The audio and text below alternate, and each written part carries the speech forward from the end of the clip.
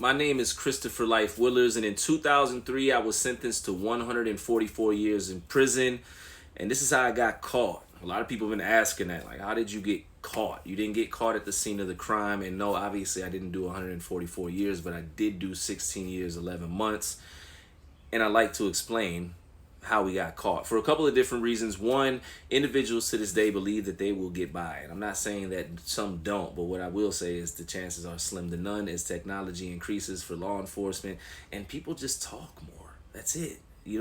It's a different day and time when the no snitching code and all that was honored back in the day. Not gonna say it wasn't violated, but honored more back in the day. Now it's just not. Again, stay out the street so you don't have to be concerned with things like this. But this is what happened and how I ended up getting arrested. So after the crime was committed, of which I was the driver in a robbery in which nobody was physically harmed and the weapon wasn't even real, about 2 weeks later, my cousin and one of his homeboys, who was one of the individuals that went with us that night to commit the robbery, were chilling in his apartment. And my cousin's homeboy had his girl with them and their baby. And one of the neighbors was walking by one evening at Thursday while they was evidently chilling there, listening to music, whatever they were doing, and smelt a funny aroma, a smoke, if you will. They also heard loud music and a baby crying, and that caused them to want to become a concerned citizen, which is okay. That's good. You heard a baby crying. Check on a baby if you feel the need to. But man, it was in that moment karma must have been lining us up in the target, the heirs. And again, I hold myself accountable, but I want everybody to know, man, even when you think you got away, you're not away.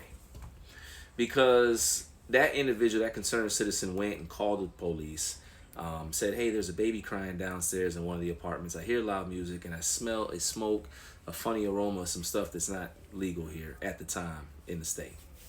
Police come to my cousin's house, her apartment, boom, boom, boom, knock on the door. They smell smoke. When he opens it, boom, they have reason to enter the dwelling or the apartment. All this because of a concerned citizen. And somebody should have checked on the baby to make sure the baby wasn't crying like that. And evidently, they probably turned the music up to try to drown out the sound of the baby, now that I'm thinking of it. But maybe that's not true. When the police entered the dwelling because they smelled the funny smoke, of course they were looking for narcotics. They only found a water pipe. They seen that the baby was okay. But as they were in the midst of their search, they went on top of the kitchen cabinets, and what did they pull down? A blue money bag. One from the scene.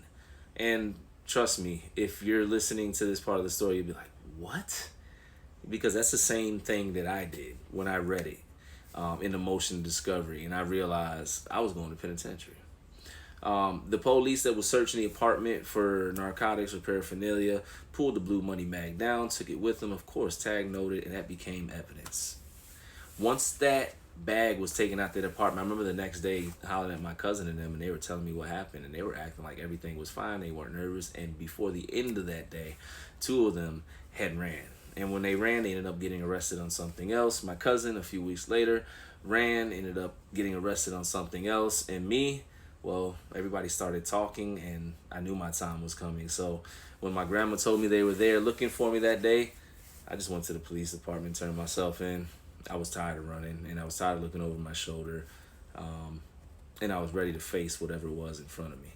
But yeah, that's essentially how I got arrested. Whether it's a freak accident, karma, whatever you see it as, I think the moral of the story is don't commit crime so you don't have to worry about being in situations where you got to deal with law enforcement and warrants issued in prison cells and more.